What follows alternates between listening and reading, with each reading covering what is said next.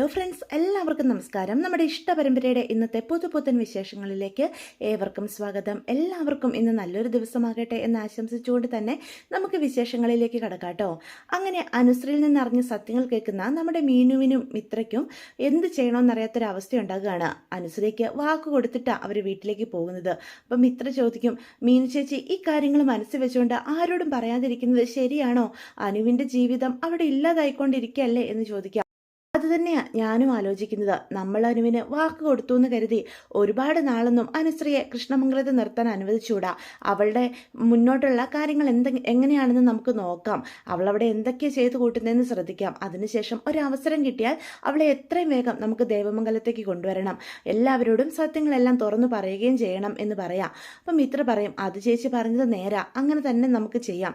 ഇപ്പം തൽക്കാലം ഇവിടെ ആരോടും ഇത് പറയണ്ട എന്ന് പറയണം കേട്ടോ.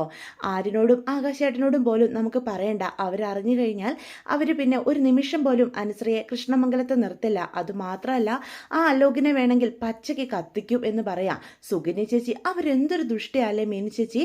നമ്മുടെ കുടുംബത്തിൽ നിന്നുകൊണ്ട് തന്നെ നമ്മുടെ കുടുംബത്തുള്ളവർക്ക് ദ്രോഹം ചെയ്യാനല്ലേ അവർ ശ്രമിക്കുന്നത് എന്ന് ചോദിക്കാം. അവരെത്ര വലിയ ചതിയാണ് ചെയ്യുന്നത്. അച്ഛൻ്റെ അമ്മയുടെ മുന്നിൽ ഒരു തെറ്റും ചെയ്യാത്തതുപോലെയല്ലേ അവർ അഭിനയിച്ച് നിന്നത്. ഈ കുടുംബത്തിൻ്റെ ക്ഷേമത്തിന് വേണ്ടി എന്തൊക്കെയോ നല്ല കാര്യങ്ങൾ ചെയ്യുന്നത് പോലല്ലേ അവരുടെ നടപ്പും നിപ്പും ഭാവവും ഒക്കെ. ഈ അഹങ്കാരം തീർത്തു കൊടുക്കണം. ഇനിയും അവരെ ഇങ്ങനെ വിട്ടുകഴിഞ്ഞാൽ ദേവമംഗലത്തിന് ദോഷം ചെയ്യുന്ന പല പ്രവൃത്തികളും അവരുടെ ഭാഗത്തു നിന്നുണ്ടാകും. അതുമാത്രമോ, ധർമ്മമാമൻ്റെ ജീവിതവും എന്തായിത്തീരും എന്നാ എനിക്കിപ്പോൾ ടെൻഷൻ എന്ന് പറയാം. പാവം ചെറിയച്ഛൻ ഒരിക്കലും ചേരാൻ പാടില്ലാത്ത ഒരു ബന്ധമായിരുന്നു സുഗിനി ചേച്ചി ആയിട്ടുള്ളത്. അവരെ പോലൊരു സ്ത്രീ ആയിരുന്നില്ല ചെറിയച്ഛൻ്റെ ഭാര്യയായിട്ട് വരേണ്ടിയിരുന്നത്. ഇതൊക്കെ അറിയുമ്പം ചെറിയച്ഛന് സഹിക്കാൻ പറ്റുമോ എന്ന് മിത്രൻ ചോദിക്കും. സമയം കൃഷ്ണമംഗലത്ത് അലോകൻ നമ്മുടെ അനുശ്രീയുടെ പിന്നാലെ തന്നെ കൂടിയിരിക്കുകയാണ് കേട്ടോ. എങ്ങനെയെങ്കിലും അവളെ ഉപദ്രവിക്കണം, എന്നിട്ട് അവളെ കൃഷ്ണമംഗലത്തിൽ നിന്നും പുറത്താക്കണം. ഇത് മാത്രമാണ് അലോകിൻ്റെ ആഗ്രഹം. പക്ഷെ അനുശ്രീ അലോകൻ്റെ എല്ലാ പ്ലാനുകളും എട്ടായിട്ട് മടക്കി കൈ കൊടുക്കും. അനുവിൻ്റെ അടുത്ത് ഒരു കളികളും നടക്കുന്നുമില്ലേ. അപ്പോഴാട്ടോ അലോകിനെ ബ്രേക്ക്ഫാസ്റ്റ് കഴിക്കാനായിട്ട് വിളിക്കുന്നത്. അപ്പോൾ ഇറങ്ങി വരുമ്പം ചുറ്റും നന്ദിനിയും നമ്മുടെ രാജശ്രീയും ഇന്ദ്രാമയും ഒക്കെ നിൽപ്പുണ്ട്. എടാ ദേ ഇഡ്ഡലിയും സാമ്പാറും ഉണ്ട്, എടുത്ത് തരട്ടെ എന്ന് രാജശ്രീ ചോദിക്കാം. അതെന്ത് വർത്താനം അമ്മേ, ഞാൻ കല്യാണം കഴിച്ച് വന്നിട്ടും അമ്മയ്ക്ക് ഇപ്പോഴും എന്നെ ഓർത്ത് ബുദ്ധിമുട്ടാലേ. ഇനിയിപ്പം എൻ്റെ കാര്യങ്ങളൊക്കെ അനു നോക്കിക്കോളൂന്നേ. അവളെ വിളിക്ക്, അവളോട് എടുത്ത് തരാൻ പറയാ എന്ന് പറയണേ. അപ്പം നന്ദിനി പറയും, രാജശ്രീ കല്യാണമൊക്കെ കഴിഞ്ഞ് പുതുമോടിയല്ലേ, രണ്ടുപേർക്കും കൂടി ഒരുമിച്ചിരുന്ന് സംസാരിച്ചുകൊണ്ട് കഴിക്കാനാ അവൻ ഇങ്ങനെ പറയുന്നേ. അപ്പം രാജശ്രീ ചോദിക്കും, അതേടാ, എന്തായാലും അതൊക്കെ വളരെ നല്ല കാര്യമാണ്. ദേ അനുവിനെ ഞാൻ ഇപ്പം തന്നെ വിളിച്ചോണ്ട് വരാം എന്ന് പറഞ്ഞ് രാജശ്രീ പോയി അനുശ്രീയെ വിളിച്ചോണ്ട് വരികയാണ് കേട്ടോ. അപ്പം ഇന്ദ്രാമ്മ പറയും, മോളെ ഞങ്ങൾ ആരും ഇവനെടുത്ത് കൊടുക്കാന്ന് പറഞ്ഞിട്ട് ഇവന് കഴിക്കേണ്ട പോലും, മോളെടുത്ത് കൊടുത്താലേ ഇവൻ കഴിക്കുള്ളെന്ന്. ദേ ഞങ്ങൾ അവിടുന്ന് മാറിത്തരാം, നിങ്ങൾ രണ്ടുപേരും കൂടി ഇരുന്ന് സന്തോഷത്തോടെ ആഹാരമൊക്കെ കഴിച്ചേ എന്ന് പറയാം. അപ്പം അനു പറയും, അതിന് ഞാൻ കഴിച്ചതാണല്ലോ മുത്തശ്ശി എന്ന് ചോദിക്കാൻ കേട്ടോ. അത് സാരമില്ല, അലോകിൻ്റെ കൂടെ മോളൊന്ന് ഇരിക്കുക, അവന് വേണ്ടതൊക്കെ എടുത്ത് കൊടുക്കുക. അങ്ങനെയാ സ്നേഹമുള്ള ഭാര്യയും ഭർത്താവും. നിങ്ങൾ തമ്മിൽ സ്നേഹത്തിന് ഒരു കുറവുമില്ലെന്നേ ഈ മുത്തശ്ശിക്ക് നന്നായിട്ട് അറിയാം. ദേ രാജശ്രീ നന്ദിനി നിങ്ങളിങ്ങ് വന്നേ, പിള്ളേർ അവിടെ ഇരുന്ന് കഴിക്കട്ടെ എന്നും പറഞ്ഞ് ഇന്ദിരാമ്മ അവരെയും കൂട്ടിക്കൊണ്ട് അങ്ങോട്ട് പോവാണ് കേട്ടോ. അപ്പം അനുശ്രീ ചോദിക്കും, നിനക്കെന്താ പെട്ടെന്ന് ഇത്രയ്ക്കും വിശപ്പ്, അത് ഞാനെടുത്ത് തന്നാലേ നിനക്ക് കഴിക്കാൻ പറ്റുള്ളൂ എന്ന് ചോദിക്കുക. അതെ, എൻ്റെ ഭാര്യയായിട്ട് നീ എന്തായാലും വേഷം കെട്ടി ഇവിടെ നിൽക്കുമല്ലേ, അപ്പം വെറുതെ ഇങ്ങനെ ഇരുന്നാൽ എങ്ങനെ ശരിയാകും, നീ തന്നെ ഇതൊക്കെ എനിക്ക് എടുത്ത് തരണം, 2 ഇഡ്ഡലി ഇങ്ങ് എടുത്തുകൊണ്ട് വന്നേ എന്ന് ചോദിക്കാം. അപ്പം അവിടെ എടുത്ത് വെച്ചിരുന്ന ഇഡ്ഡലിയിൽ നിന്ന് 2 എടുത്ത് അലോകിൻ്റെ പാത്രത്തിലേക്ക് അനുശ്രീ വെച്ച് കൊടുക്കണം കേട്ടോ. ഈ ഇഡ്ഡലി ഒട്ടും ചൂടില്ല, ഒട്ടും സോഫ്റ്റും അല്ല. ദേ അടുക്കളയിൽ പോയി നീ വേറെ എടുത്തിട്ട് വാ, ഇത് ഞാൻ കഴിച്ചതാണല്ലോ, ഇതിനൊരു കുഴപ്പമില്ല, നീ വേണമെങ്കിൽ ഇത് കഴിച്ചാൽ മതി. ഓഹോ അത്രയ്ക്കായോ, എങ്കിൽ ഇപ്പം തന്നെ ഞാൻ അമ്മയും വല്യമ്മയും വിളിച്ചിട്ട് ഇക്കാര്യം പറഞ്ഞിട്ട് തന്നെ എനിക്ക് വേണ്ടതൊന്നും ചെയ്തു തരാൻ നിനക്ക് സാധിക്കില്ലെന്ന്, മര്യാദയ്ക്ക് പോയി എടുത്തിട്ട് തരാനാ നിന്നോട് പറഞ്ഞത് എന്ന് അലോക് പറയൂ കേട്ടോ. അപ്പോൾ ചവിട്ട് തൊല്ലി അനു ആണെങ്കിൽ അടുക്കളയിലേക്ക് പോയി അവിടുന്ന് ചൂടുള്ള ഇഡ്ഡലിയൊക്കെ എടുത്തിട്ട് വരിക. ദേ ഇത് മര്യാദയ്ക്ക് അങ്ങ് കഴിച്ചേ എന്നും പറഞ്ഞ് അലോകിൻ്റെ പാത്രത്തിലേക്ക് ഇട്ട് കൊടുക്കുക. ഓഹോ ഇങ്ങനെയാണോ നീ നിൻ്റെ വീട്ടിൽ എല്ലാവർക്കും വിളമ്പി കൊടുക്കുന്നതോ? ഓ നിൻ്റെ അച്ഛൻ ആ പലചരക്ക് കടക്കാരൻ ബാലന് ഇങ്ങനെയൊക്കെ കൊടുത്താലും കഴിക്കുമായിരിക്കും. പക്ഷേ ഞാൻ കൃഷ്ണമംഗലത്തെ അലോക, എനിക്ക് നല്ല അന്തസ്സുണ്ട്, അതുകൊണ്ട് മര്യാദയ്ക്ക് എടുത്ത് തന്നോ എന്ന് പറയാൻ കേട്ടോ. അപ്പം അനുവിന് നല്ല ദേഷ്യം വരിക, ആവശ്യമില്ലാതെ തൻ്റെ അച്ഛനെയും കുടുംബത്തെയൊക്കെ ഇവിടേക്ക് വലിച്ചഴിക്കുന്നത്. ദേ അലോകെ, നിനക്ക് എന്തെങ്കിലും ദേഷ്യം ഉണ്ടെങ്കിൽ അത് എന്നോട് തീർത്തോണം, വെറുതെ ഇരിക്കുന്ന എൻ്റെ വീട്ടുകാരെ പറഞ്ഞാലുണ്ടല്ലോ എൻ്റെ തനി സ്വഭാവം നീ അറിയും. പറഞ്ഞാൽ നിനക്ക് എന്ത് ചെയ്യാൻ കഴിയൂടി, നീ എന്ത് ചെയ്യും? നീ എൻ്റെ വീട്ടിലൊരു അഭയാർത്ഥിയായിട്ട് വന്ന് കിടക്കുന്നതും പോരാ എന്നോട് നിന്ന് കുരയ്ക്കുന്നോ എന്ന് അലോക് ചോദിക്കുക. മര്യാദയ്ക്ക് സംസാരിച്ചോ, ഞാൻ ഇനിയും പറയും. നിന്റെ അച്ഛൻ ആ വിവരമില്ലാത്ത ബാലനും പിന്നെ നിന്റെ ഏട്ടന്മാരുണ്ടല്ലോ, അച്ഛൻ്റെ നിഴലിൽ തൂങ്ങി നടക്കുന്ന കുറേ എണ്ണങ്ങൾ, ഞാൻ അവരെ പറയുക തന്നെ ചെയ്യും. ദേ എൻ്റെ അച്ഛനെ ഏട്ടന്മാരെ എന്തെങ്കിലും പറഞ്ഞാലുണ്ടല്ലോ എൻ്റെ യഥാർത്ഥ സ്വഭാവം നീ എന്താണെന്ന് അറിയും എന്ന് പറയും. നീ എന്നെ എന്ത് ചെയ്യൂടി എന്ന് അപ്പം അലോക് ചോദിക്കുകയാണ് കേട്ടോ. അനുവിന് നല്ല ദേഷ്യം വരുന്നുണ്ടേ. വീണ്ടും വീണ്ടും ദേവമംഗലത്തുള്ള ഓരോരുത്തരെ പറ്റി അലോക് അനുവിനെ ആണെങ്കിൽ ദേഷ്യം പിടിപ്പിക്കാൻ വേണ്ടിയിട്ട് കുറ്റം പറഞ്ഞുകൊണ്ടേയിരിക്കുകയാണ് കേട്ടോ. അപ്പം അനുവിൻ്റെ കൈ കിട്ടുന്നത് അവിടെ ഇരിക്കുന്ന ഒരു പാത്രം സാമ്പാറാ. അതെടുത്ത് അലോകിൻ്റെ തല വഴിയങ്ങ് ഒഴിക്കുക. ഇപ്പം നിനക്ക് മനസ്സിലായോടാ എൻ്റെ വീട്ടുകാരെ എന്തെങ്കിലും പറഞ്ഞാൽ ഈ അനുശ്രീ എന്ത് ചെയ്യുന്നു? അയ്യോ അമ്മേ, എൻ്റെ കണ്ണ് നീർന്നടി. എടി സാമദ്രോഹി, നീ എന്നെ പരിപാടിയാടി കാണിച്ചത്? എൻ്റെ തലയിൽ സാമ്പാർ ഒഴിക്കാൻ അഹങ്കാരമായോടി എന്ന് ചോദിച്ച് അവിടെ കിടന്ന് കാറ് വിളിക്കുകയാണേ. അപ്പം മുളകൊക്കെ കണ്ണിൽ പോയിട്ട് നന്നായിട്ട് ഇരിക്കുന്നുണ്ട്. മര്യാദയ്ക്ക് ഇച്ചിരി വെള്ളം എടുത്ത് എൻ്റെ കണ്ണ് കഴുകി തന്നോ, തന്നെ ഞാൻ നിനക്ക് കഴുകി തരാടാ. എൻ്റെ അച്ഛനെ ഏട്ടന്മാരെയും കുറ്റപ്പെടുത്താൻ നിനക്ക് എന്ത് അർഹതയാടാ ഉള്ളത്? ഒരു അർഹത ഇല്ലതാനും. അവനിരുന്ന് എൻ്റെ വീട്ടിലുള്ളവരെ കുറ്റം പറയുന്നോ? എൻ്റെ വീട്ടുകാരെ എന്തെങ്കിലും പറഞ്ഞാൽ ഇനിയും എൻ്റെ ഭാഗത്തു നിന്ന് ഇത്തരത്തിലുള്ള മറുപടികളായിരിക്കും നിനക്ക് കിട്ടാൻ പോകുന്നത് എന്നും പറഞ്ഞ് അനുശ്രീ അവിടെ നിൽക്കൂട്ടോ. അപ്പം അലോകിൻ്റെ കാറ് പൊളിക്കുന്ന ശബ്ദം കേട്ടപ്പം എല്ലാവരും ഇറങ്ങി വരിക. എന്താ എന്താ ഇവിടെ ശബ്ദം? അയ്യോ ഇതെന്താ മോനെ, നിന്റെ തല മുഴുവനും എന്താ സാമ്പാർ നനഞ്ഞിരിക്കുന്നത്?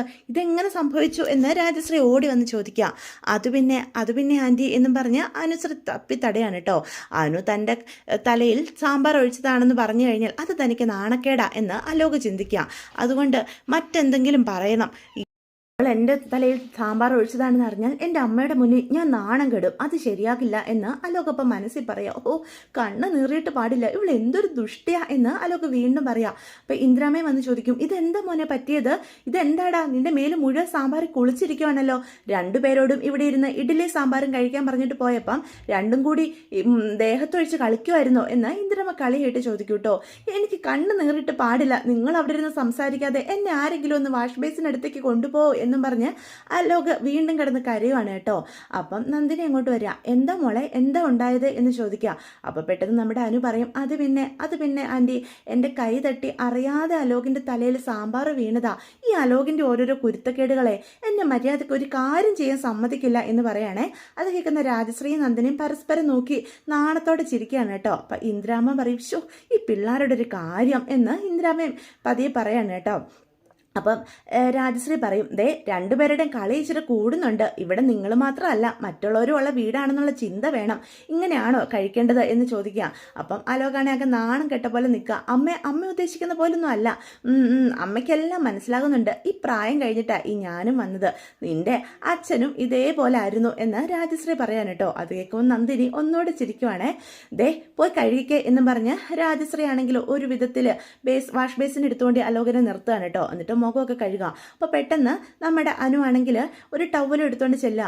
ദേ അലോകെ മുഖം തുടച്ചേ എന്ന് പറയണം. അപ്പോൾ അലോക് പല്ലെറുമും. ചുറ്റും അമ്മയും വല്യമ്മയും ഒക്കെ നിൽക്കുന്നത് കൊണ്ട് തന്നെ ഒന്നും പറയാനും പറ്റില്ലല്ലോ. എന്നിട്ട് അലോകാണെങ്കിൽ റൂമിലേക്ക് പോവുക. അപ്പം ഇന്ദ്രമ്മ പറയും, മോളെ നീയും ചെല്ല്, അവൻ എന്താണെന്ന് വെച്ചാൽ എടുത്തു കൊടുക്കുക എന്ന് പറയുകയാണേ. അപ്പം പിന്നാലെ നമ്മുടെ അനുശ്രീയും ചെല്ലുകയാണ് കേട്ടോ. അനുശ്രീയെ കാണുമ്പോൾ അലോകിന് നല്ല ദേഷ്യം വരിക. അവളുടെ കൈ പിടിച്ച് തിരിക്കാൻ നോക്കുക. നീ എൻ്റെ ദേഹത്ത് സാമ്പാർ ഒഴിച്ചല്ലടി, എൻ്റെ കണ്ണിൽ മുഴുവനും സാമ്പാറായി. ഇതിന് നിന്നോട് ഞാൻ പ്രതികാരം വീട്ടില്ലെങ്കിൽ എൻ്റെ പേര് അലോക് എന്നല്ല എന്ന് പറയാം. മര്യാദയ്ക്ക് എൻ്റെ കൈ വിട്ടോ എന്ന് പറഞ്ഞ് അനുവാണെങ്കിൽ ആ കൈ പിടിപ്പിക്കൂ കേട്ടോ. ദേ അടങ്ങി ഒതുങ്ങി നിന്നില്ലെങ്കിൽ ഇതായിരിക്കില്ല, ഇതിൻ്റെ അപ്പുറത്തെ മറുപടി എൻ്റെ ഭാഗത്തു നിന്നും ഉണ്ടാകും. നീ കണ്ട ആ പഴയ അനുശ്രീ അല്ല ഞാൻ. എന്നെ നീ എങ്ങനെയൊക്കെ ടോർച്ചർ ചെയ്തോ അതിൻ്റെ 10 ഇരട്ടി ഇഞ്ചിഞ്ചായിട്ട് നിന്നെ ഞാൻ ടോർച്ചർ ചെയ്യുന്നത് നീ കാണാൻ കിടക്കുന്നേ ഉള്ളടാ. അതുകൊണ്ട് അടങ്ങി ഒതുങ്ങി മര്യാദയ്ക്ക് എൻ്റെ അടുത്ത് നിന്നാൽ നിനക്ക് കൊള്ളാം എന്ന് പറയാം. അപ്പം അനുവിൻ്റെ ആ ഭീഷണിക്ക് മുന്നിൽ അലോക് ഒരു നിമിഷം നിശബ്ദനായി നിൽക്കാൻ കേട്ടോ. കാരണം അനുശ്രീക്ക് നല്ല മാറ്റമുണ്ട്. പണ്ട് താൻ കണ്ട പാവം പിടിച്ച അനുശ്രീയൊന്നും അല്ല ഇപ്പം തൻ്റെ മുന്നിൽ ഒരു ചീറ്റപ്പുലിയെ പോലെയാണ് അവൾ നിൽക്കുന്നത്. താൻ എന്ത് ചെയ്താലും അതിനൊക്കെ മറുപടിയായിട്ട് അവളുടെ കയ്യിൽ നല്ല നല്ല പണികൾ തനിക്ക് കിട്ടുന്നുമുണ്ട് എന്ന് അലോക് മനസ്സ് ചിന്തിക്കുകയാണ് കേട്ടോ. ഇതേ സമയം ദേവമംഗലത്തേക്ക് ചെന്നതിന് ശേഷം നമ്മുടെ മീനുവിന് ഒരു സമാധാനവും ഇല്ല. കാരണം സുകന്യാണെങ്കിൽ അവിടെ എല്ലാവരുടെയും മുന്നിൽ അഭിനയിച്ച് തകർക്കുകയാണ്. ദേവമംഗലത്ത് അനുശ്രീ കാരണം ഉണ്ടായ നാണക്കേടിൽ എല്ലാവരുടെയും ഒപ്പം ചേർന്ന് നിന്ന സുകന്യയുടെ പലപ്പോഴുമുള്ള സംസാരമേ. അപ്പം നമ്മുടെ ഗോമതിയാണെങ്കിൽ നേരെ ചൊവ്വേ ആഹാരം പോലും കഴിക്കുന്നില്ല. അപ്പോൾ ഈ ഗോമതിയുടെ നിരാഹാരമൊക്കെ കാണുമ്പം സുകന്യ പറയും, പാവം ഗോമതി ചേച്ചി എങ്ങനെ സന്തോഷത്തോടെ ഇരുന്ന ചേച്ചിയാ ഈ അവസ്ഥയിൽ എത്തിച്ചല്ലോ അനുശ്രീ എന്ന് പറയുകയാണേ. അത് കേൾക്കുമ്പോൾ മീനുവിന് നല്ല ദേഷ്യം വരികയാണ്. സുകന്യെ തനിയെ കിട്ടുന്ന ഒരു അവസരം ഉണ്ടാകുമ്പോൾ മീനു അടുത്തേക്ക് ചെല്ലുക. അല്ല, സുകന്യ ചേച്ചിക്ക് അമ്മയുടെ ഈ അവസ്ഥയിൽ ഒരുപാട് സങ്കടം ഉണ്ടല്ലേ എന്ന് ചോദിക്കുക. അതെ അതെ, എനിക്ക് പിന്നെ സങ്കടം ഇല്ലാതിരിക്കുമോ മീനു? ഞാനും ഈ കുടുംബത്തിലൊരു അംഗമല്ലേ. ഗോമതി ചേച്ചിയും ബാലേട്ടനും എനിക്ക് എൻ്റെ സ്വന്തം ചേട്ടനും ചേച്ചിയെ പോലെയാ. അവർക്കൊരു സങ്കടം വന്നു കഴിഞ്ഞാൽ അത് പിന്നെ എന്നെയും ബാധിക്കില്ലേ? ആ, അതെനിക്ക് ശരിക്കും മനസ്സിലായല്ലോ. അതുകൊണ്ടായിരിക്കും ഇത്ര കഷ്ടപ്പെട്ട് അനുശ്രീയെ അലോകിൻ്റെ അടുത്തെത്തിക്കാൻ ചേച്ചി ഇത്രയേറെ ബുദ്ധിമുട്ടിയത് എന്ന് പറയാം. ദേ, നീ എന്തൊക്കെയാ പറയുന്നേ എന്ന് ഞെട്ടിത്തെരിച്ചുകൊണ്ട് അപ്പം സുകന്യ ചോദിക്കുക, ഞാൻ പറയുന്നത് ചേച്ചിക്ക് മനസ്സിലാകുന്നില്ലേ? അല്ല, കല്യാണത്തലേന്ന് അലോക് വിളിച്ച് ഭീഷണിപ്പെടുത്തിയപ്പോൾ ചേച്ചിയോട് അവൾ കാര്യങ്ങളൊക്കെ പറഞ്ഞതാണല്ലോ. എന്നിട്ടും അലോകിൻ്റെ സ്വഭാവം ശരിക്കും അറിയാവുന്ന ചേച്ചി തന്നെയാണല്ലോ അവളെ ഓരോന്നൊക്കെ പറഞ്ഞ് അലോകിൻ്റെ അടുത്തേക്ക് എത്തിച്ചത്. അക്കാര്യമൊക്കെ എനിക്ക് മനസ്സിലായെന്ന് എന്താ ഇപ്പം വ്യക്തമായോ എന്ന് നമ്മുടെ മീനു ചോദിക്കുക. ഞാൻ അങ്ങനെ ചെയ്തതെന്ന് എന്ത് തെളിവാടി നിന്റെ കയ്യിലുള്ളത് എന്ന് സുകന്യ അപ്പം ചോദിക്കുക. ആ, തെളിവുകളൊക്കെ ഉണ്ട്. സാഹചര്യം വരുമ്പം ഇവിടെയുള്ള എല്ലാവരെയും ഞാനത് കാണിച്ചോളാം. അനുശ്രീ എന്നോട് തുറന്നു പറഞ്ഞതിലും വലിയ തെളിവൊന്നും ചേച്ചിക്ക് വേണ്ടല്ലോ എന്ന് ചോദിക്കാം. ദേ, ഒരു കാര്യം ഞാൻ പറഞ്ഞേക്കാം, മര്യാദയ്ക്ക് ഈ വീട്ടിലുള്ളവർക്കൊരു ദ്രോഹം ചെയ്യാതെ അടങ്ങി ഒതുങ്ങി നിന്നാ നിങ്ങൾക്ക് ഈ കുടുംബത്തിൽ ജീവിക്കാം. അല്ലെങ്കിൽ നിങ്ങളുടെ ഇവിടുത്തെ പൊറുതി എന്നേക്കുമായിട്ട് ഞാൻ അവസാനിപ്പിക്കും. മനസ്സിലാകുന്നുണ്ടോ? ഈ കാര്യങ്ങളൊക്കെ ധർമ്മമാമൻ അറിഞ്ഞാലത്തെ അവസ്ഥയെപ്പറ്റി നിങ്ങൾ ചിന്തിച്ചിട്ടുണ്ടോ? ഞാനത് പറഞ്ഞാൽ ഉറപ്പായിട്ട് ധർമ്മമാമൻ വിശ്വസിക്കും. എന്താ സംശയമുണ്ടോ എന്ന് ചോദിക്കാം. അത് കേൾക്കുമ്പോൾ സുകന്യ ഞെട്ടിത്തരിച്ചു നിൽക്കുക. കഴിഞ്ഞ ദിവസം കൂടി തനിക്ക് എന്തെങ്കിലും പങ്കിതിലുണ്ടെങ്കിൽ എൻ്റെ യഥാർത്ഥ സ്വഭാവം അറിയുമെന്ന് ധർമ്മൻ തന്നോട് പറഞ്ഞ കാര്യങ്ങളൊക്കെ സുകന്യയുടെ മനസ്സിലേക്ക് കടന്നു വരികയാണ് കേട്ടോ. അയ്യോ ഇല്ല മീനു, അത് അനു എന്നോട് എന്തോ വെറുതെ പറഞ്ഞതാകും, അല്ലാതെ ഞാൻ ഒരു തെറ്റും ചെയ്തിട്ടില്ല എന്ന് സുകന്യ മീനുവിൻ്റെ മുന്നിൽ നിന്ന് കരയാൻ തുടങ്ങും കേട്ടോ. ചേച്ചിയുടെ കള്ളക്കണ്ണീരൊന്നും എനിക്ക് കാണണ്ട. കുറച്ചു മുന്നേ നിങ്ങൾക്ക് ഇങ്ങനെ ആയിരുന്നില്ലല്ലോ എന്നോട് സംസാരിച്ചത്. അതുകൊണ്ട് ചേച്ചിയുടെ യഥാർത്ഥ രീതിയൊക്കെ എനിക്ക് മനസ്സിലായിട്ടുണ്ട്. അനുശ്രീയെ കൊണ്ട് ഒരു കുടുക്കിലാക്കിയതാണെന്ന് ഈ വീട്ടിലുള്ള ആരെങ്കിലും അറിഞ്ഞാലത്തെ അവസ്ഥ എന്താണെന്ന് ചേച്ചി ചിന്തിച്ചിട്ടുണ്ടോ? അച്ഛനും അമ്മയും ഇത് അറിഞ്ഞാൽ പിന്നെ നിങ്ങൾ ഇവിടുന്ന് അടിച്ചിറക്കും. അത് കാണണോ നിങ്ങൾക്ക് എന്ന് ചോദിക്കാം. അപ്പോഴത്തേക്കും മീനു അവിടെ നിന്ന് പോവാണ് കേട്ടോ. സുകന്യ നന്നായിട്ട് പേടിച്ച് വിറച്ചാൽ നിൽക്കുന്നത്. മീനാക്ഷി എല്ലാ സത്യങ്ങളും അറിഞ്ഞ സ്ഥിതിക്ക് ഏത് നിമിഷവും ഇവിടെയുള്ള ഓരോരുത്തരായിട്ട് അറിയും. അത് തൻ്റെ നിലനിൽപ്പിനെ തന്നെ ബാധിക്കും. എന്തെങ്കിലും ചെയ്തേ പറ്റൂ. ധർമ്മേട്ടനോട് കൂടുതൽ സ്നേഹത്തിൽ ഇടപഴകി ധർമ്മേട്ടൻ്റെ മനസ്സിലെങ്കിലും താനൊരു സ്ഥാനം നേടിയെടുക്കണം എന്നൊക്കെ പല ചിന്തകളും സുകന്യയുടെ മനസ്സിലൂടെ കടന്നു പോവാണ് കേട്ടോ. അതേസമയം നമ്മുടെ ബാലനും പല രീതിയിലുള്ള അപമാനങ്ങൾ ഏൽക്കേണ്ട അവസ്ഥകൾ കടയിൽ നിന്ന് തന്നെ ഉണ്ടാകുന്നുണ്ട് കേട്ടോ. കടയിൽ വരുന്ന ഓരോ കസ്റ്റമേഴ്സും മിക്കവരും ബാലനെ പറ്റി അറിയാവുന്നവർ കല്യാണം മുടങ്ങിയതിനെ പറ്റിയൊക്കെ ബാലനോട് ചോദിക്കുന്നുണ്ട്. ഇതൊക്കെ കേൾക്കുമ്പോൾ ബാലന് ഒരുപാട് സങ്കടം തോന്നുകയും അവരുടെ മുന്നിൽ വാക്കുകൾ നഷ്ടപ്പെട്ട് നിൽക്കുന്നതും ഒക്കെ വരും എപ്പിസോഡുകളിൽ നമുക്ക് കാണാനായിട്ട് സാധിക്കും. പക്ഷേ ആകാശും ധർമ്മനും രാമേട്ടനും കൂടി അവരിൽ നിന്നൊക്കെ രക്ഷപ്പെടുത്തുകയും ചെയ്യും കേട്ടോ. അപ്പം ബാലൻ പറയുന്നുണ്ട്, എന്തിനാ നിങ്ങൾ അവരോടൊക്കെ ദേഷ്യപ്പെടുന്നത്? അവർ ചോദിക്കുന്നത് സത്യമല്ലേ? എൻ്റെ മോള് എൻ്റെ മുഖത്ത് കരുവാരി തേച്ചുകൊണ്ട് ഇറങ്ങിപ്പോയി. അതറിഞ്ഞ നാട്ടുകാർ സഹതാപം കൊണ്ട് ചോദിക്കുന്നു. അതിന് അവരോട് ദേഷ്യപ്പെട്ടിട്ട് എന്താ കാര്യം? മക്കളെ നന്നായിട്ട് വളർത്താൻ അറിയാത്ത ഒരച്ഛൻ എന്ന നിലയിൽ ഇതൊക്കെ കേൾക്കാൻ ഞാൻ ബാധ്യസ്ഥനാ എന്ന് പറഞ്ഞ് ബാലൻ അവിടെ എഴുന്നേറ്റ് പോകൂട്ടോ. ബാലൻ്റെ ഈ അവസ്ഥ കാണുന്ന ആകാശനും രാമേട്ടനും ധർമ്മനും ഒക്കെ ഒരുപാട് സങ്കടം വരുന്നുണ്ട്. പക്ഷേ ഒന്നും ചെയ്യാൻ സാധിക്കാതെ ആകാശം ധർമ്മനും അവിടെ നിൽക്കുക. ആൾക്കാരോടൊക്കെ എന്തൊക്കെ പറഞ്ഞ് ന്യായീകരിച്ചാലും അതൊന്നും അവർ വിശ്വസിക്കാൻ പോകുന്നില്ല എന്ന് അവർക്കും അറിയാം. രാമേട്ടൻ പറയും, ഇതൊക്കെ ശരിയായിക്കൊള്ളൂടാ, വേറെ എന്തെങ്കിലും ഒരു വിഷയം കിട്ടുമ്പം ആൾക്കാരൊക്കെ അതിൻ്റെ പിന്നാലെ പൊയ്ക്കോളും. അപ്പം ഈ കാര്യം പോലും എല്ലാവരും മറന്നു പോകും. ബാലൻ്റെ ഈ മനസ്സിലുണ്ടായ മുറിവുകളൊക്കെ പതിയെ പതിയെ മാറിക്കോളും എന്ന് രാമേട്ടനും പറഞ്ഞ് ധർമ്മനോടും നമ്മുടെ ആകാശനോടും മനസ്സിലാക്കുകയൊക്കെ ചെയ്യൂട്ടോ. ഇതേ സമയം ഇനി എന്ത് പണി നമ്മുടെ അനുസൃതിക്ക് കൊടുക്കുമെന്ന് ആലോചിച്ചാണ് അലോക് ഇരിക്കുന്നത്. അപ്പോഴാണ് അലോകിൻ്റെ ഫ്രണ്ട്സ് അവനെ വിളിക്കുന്നത് കേട്ടോ. അപ്പോൾ അലോക് ഫ്രണ്ട്സുമായിട്ട് പുറത്തു പോകാനായിട്ട് തീരുമാനിക്കുക. പെട്ടെന്ന് അങ്ങോട്ട് ഇന്ദിരാമയും നമ്മുടെ നന്ദിനിയും കൂടി വരിക. അലോക്, നീ ഇതെങ്ങോട്ടാണ് പോകുന്നത്? അത് പിന്നെ വല്യമ്മേ, എനിക്ക് പുറത്ത് വരാൻ പോകേണ്ട കാര്യമുണ്ട്. അപ്പോൾ ഇത് കേട്ടുകൊണ്ട് രാജശ്രീ അങ്ങോട്ട് വരിക. നീ തനിയാണോടാ പോകുന്നത്? ദേ, അനുശ്രീയും കൊണ്ടുപോയിക്കേ. കല്യാണം കഴിഞ്ഞ് നിങ്ങൾ രണ്ടുപേരും എവിടെയും പോയിട്ടില്ല, അതുകൊണ്ട് രണ്ടുപേരും കൂടി പോയാൽ മതി എന്നും പറഞ്ഞ് അവരെല്ലാവരും കൂടി നിർബന്ധിച്ച് അനുശ്രീയെയും അലോകിൻ്റെ കൂടെ പറഞ്ഞയക്കും കേട്ടോ. അപ്പം അലോകിൻ്റെ കൂടെ പോകാൻ തീരെ താല്പര്യമില്ലാഞ്ഞിട്ടും നിവൃത്തികളുകൊണ്ടാണ് അനുശ്രീ പോകുന്നത്. അപ്പം അലോകും പറയുന്നുണ്ട്, ഹോ, ഞാൻ പോകുന്നിടത്തെല്ലാം എൻ്റെ ഭാര്യസ്ഥാനം വഹിച്ചുകൊണ്ട് നീയും വലിഞ്ഞു കയറി വരുവാണല്ലോ. ഞാൻ എങ്ങോട്ടാണ് പോകുന്നതെന്ന് നിനക്ക് വല്ല ധാരണയുണ്ടോടി? ഞാൻ എൻ്റെ ഫ്രണ്ട്സിൻ്റെ അടുത്തേക്കാണ് പോകുന്നത്. നീ എന്തിനാ എൻ്റെ കൂടെ വന്നത് എന്ന് ചോദിക്കുക. ദേ അലോകെ, എനിക്ക് നിൻ്റെ കൂടെ വരാൻ ഒരു താല്പര്യം ഉണ്ടായിരുന്നില്ല. നീ കണ്ടതല്ലേ, നിൻ്റെ അമ്മയും വല്യമ്മയും എല്ലാവരും കൂടി നിർബന്ധിച്ച് എന്നെ നിൻ്റെ കൂടെ അയച്ചത് എന്ന് ചോദിക്കുക. അവരങ്ങനെ പലതും പറയും. അവരുടെ കാഴ്ചപ്പാടിൽ നീ എൻ്റെ ഭാര്യയാണല്ലോ. പക്ഷെ സത്യങ്ങൾ അറിയുന്ന നീ എന്തിനാടി എൻ്റെ കൂടെ വന്നത് എന്ന് ചോദിക്കുക. ദേ, അടങ്ങി ഒതുങ്ങിയിരുന്നോണം എന്ന് അപ്പം അനുശ്രീ പറയാൻ കേട്ടോ, ഇവക്കിട്ടൊരു പണി കൊടുക്കണം, ഇവളുടെ അഹങ്കാരം തീർത്ത് കൊടുക്കണം എന്ന് മനസ്സ് കരുതിയിട്ട അലോക് പോകുന്നത്. അവനതുകൊണ്ട് അവൻ്റെ ഫ്രണ്ട്സിനെയൊക്കെ കാണുമ്പം അവരുടെ കൂടെ അങ്ങോട്ട് പോവാണ് കേട്ടോ. പക്ഷേ അനുവാണെങ്കിൽ എന്ത് ചെയ്യണമെന്നറിയാതെ അവിടെ ഒറ്റപ്പെട്ട് നിൽക്കുകയും ചെയ്യും. ഫ്രണ്ട്സുമായിട്ട് അടിച്ചു പൊളിച്ചതിന് ശേഷം അലോക് അനുവിനെ കൂട്ടാതെ നേരെ വീട്ടിലേക്ക് വരിക. അപ്പം വീട്ടിലേക്ക് അലോക് തന്നെ കയറി വരുന്ന കാണുമ്പം എല്ലാവരും ചോദിക്കും, എടാ അനുശ്രീ എവിടെ? പെട്ടെന്നാണ് അലോക് അനുവിനെ പറ്റി ചിന്തിക്കുന്നത് പോലും. അത് പിന്നെ അവൾക്ക് നടന്നു വരണമെന്ന് പറഞ്ഞമ്മേ, അതുകൊണ്ട് അവൾ പിന്നാലെ നടന്നു വരുന്നുണ്ട് എന്ന് പറയൂട്ടോ. എടാ അവളെ തനിയെ വിട്ടിട്ടാണോ നീ ഇങ്ങോട്ട് വന്നത് എന്ന് ചോദിച്ച് അലോകിനോട് എല്ലാവരും ദേഷ്യപ്പെടുക. പെട്ടെന്നാണ് അനുശ്രീ ഇങ്ങോട്ട് കയറി വരുന്നത്. അനുവിനെ കാണുമ്പം അലോക് ഞെട്ടി നിൽക്കുക. വഴിതെറ്റി എന്തെങ്കിലും അപകടത്തിൽ പോയി ചാടുമെന്ന് തന്നെയാണ് കേട്ടോ നമ്മുടെ അലോക് വിചാരിച്ചത്. പക്ഷേ ഇവിടെ ഒന്നും സംഭവിച്ചില്ല. അത് പിന്നെ എന്താ മോളെ, നീ എന്താ ഇവൻ്റെ കൂടെ വരാതിരുന്നത് എന്ന് അപ്പം ഇന്ദ്രാമ്മ ചോദിക്കും.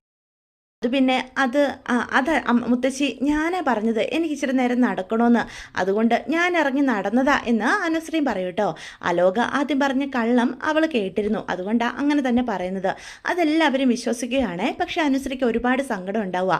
തന്നെ അവൻ ഏതൊക്കെ രീതിയിലാണ് ടോർച്ചർ ചെയ്യുന്നത്, ഇവനെ വെറുതെ വിട്ടാൽ പറ്റില്ല എന്ന് അനു വിചാരിക്കുകയാണ് കേട്ടോ. അതുകൊണ്ട് തന്നെ അനുവാണെങ്കിൽ അലോകനിട്ടൊരു പണി കൊടുക്കാനായിട്ട് തീരുമാനിക്കുക. അവൻ്റെ ATM കാർഡൊക്കെ അനു കൈക്കലാക്കുക. അലോക് ഇതൊട്ട് അറിയുന്നുമില്ല. എന്നിട്ട് എല്ലാവരുടെ മുന്നിൽ പോയി പറയും, രാജശ്രീയോടൊക്കെ ആയിട്ടോ പറയുന്നത്, അത് എൻ്റെ ഡ്രസ്സുകളൊക്കെ ദേവമംഗലത്താണ്, കല്യാണം കഴിഞ്ഞ് ഞാനിങ്ങോട്ട് വരുമ്പം ഒരു ഡ്രസ്സ് പോലും അവിടെ നിന്ന് എടുക്കാതല്ലേ വന്നത്, എനിക്കിപ്പം ഡ്രസ്സുകളൊന്നുമില്ല എന്ന് പറയാം. അത് കേൾക്കുന്ന ഇന്ദ്രാമ്മ അലോകിനോട് പറയും, എടാ നീ ഇവക്ക് ഡ്രസ്സുകളൊന്നും മേടിച്ചു കൊടുത്തില്ലേ? ഒരു ഭർത്താവിൻ്റെ കടമയാണ് ഭാര്യയ്ക്ക് വേണ്ട എല്ലാം ചെയ്തു കൊടുക്കേണ്ടത്. ആ കൊച്ച് ഒരു ഡ്രസ്സ് പോലും എടുക്കാതല്ലേ ഇങ്ങോട്ട് വന്നത് എന്ന് ചോദിക്കാം. ഇന്ന് തന്നെ അവളെ കൊണ്ട് ഷോപ്പിങ്ങിന് പോയി അവൾക്ക് എന്താണെന്ന് വെച്ചാൽ വേണ്ടത് നീ മേടിച്ചു കൊടുക്കണം എന്ന് രാജശ്രീയും പറയാൻ കേട്ടോ. അങ്ങനെ എല്ലാവരുടെ നിർബന്ധത്തിന് വഴങ്ങി അനുശ്രീയായിട്ട് ഷോപ്പിങ്ങിന് പോവാം. അപ്പോൾ അവിടെ ചെന്ന് കഴിയുമ്പം അവനിട്ട് പണി കൊടുക്കാൻ തന്നെ നമ്മുടെ അനുശ്രീ വില കൂടിയ ഡ്രസ്സുകൾ തന്നെ എടുക്കുക. അപ്പം അത് കാണുമ്പോഴത്തേക്കും അലോകിന് ദേഷ്യം വരികയാണ് കേട്ടോ. ഇവളെനിക്കിട്ട് പണി തരുന്നത് തന്നെയാണ്, ഒരുപാട് നേരം നിന്നിട്ടാണ് അവിടെ നിന്ന് എടുക്കുന്നത്. അവളുടെ ഒരു ഷോപ്പിങ്. അന്നേരം അലോകിൻ്റെ അടുത്തേക്ക് ചെല്ലും. എന്നിട്ട് പറയും, വേണമെങ്കിൽ അലോക് എവിടെയെങ്കിലും പോയി വിശ്രമിച്ചോ, ബില്ലടയ്ക്കാറാകുമ്പോൾ വന്നാൽ മതി എന്ന് പറയാം. ഞാൻ വിശ്രമിക്കാടി, നീ എങ്ങനെ കാശില്ലാത്ത ബില്ലടയ്ക്കുന്നതെന്ന് എനിക്കൊന്ന് കാണണം എന്നും പറഞ്ഞ് അലോക് അവിടെ നിന്ന് പോവാണേ. അനുശ്രീ ആണെങ്കിൽ ഒരുപാട് വിലയുള്ള ഡ്രസ്സുകളെല്ലാം നോക്കി കുറേ എടുക്കുകയാണ് കേട്ടോ. എന്നിട്ട് ബില്ലിംഗ് സെക്ഷനിലേക്ക് ചെല്ലുക. വലിയൊരു തുകയുടെ ബില്ല് തന്നെയാണ് വരുന്നത്. അലോകനെ അവിടെ എങ്ങും നോക്കുമ്പം കാണാനുമില്ല. അപ്പം അവൻ എനിക്കിട്ട് പണി തന്നിട്ട് അവിടെ നിന്ന് രക്ഷപ്പെട്ടതല്ലേ. എടാ നിനക്കെന്താ, നീ എന്താ എന്നെപ്പറ്റി കരുതിയത്, നിനക്ക് മാത്രമേ ബുദ്ധിയുള്ളെന്നോ എന്നും കരുതി പറഞ്ഞുകൊണ്ട് അനുശ്രീ ആണെങ്കിൽ ആ ATM കാർഡ് എടുത്ത് ബില്ലിംഗ് സെക്ഷനിൽ കൊടുക്കും കേട്ടോ. പെട്ടെന്നാണ് അലോകിൻ്റെ ഫോണിലേക്ക് മെസ്സേജ് വരുന്നത്. മെസ്സേജ് വരുന്ന അലോക് ഞെട്ടിത്തെറിച്ച് നിൽക്കുക.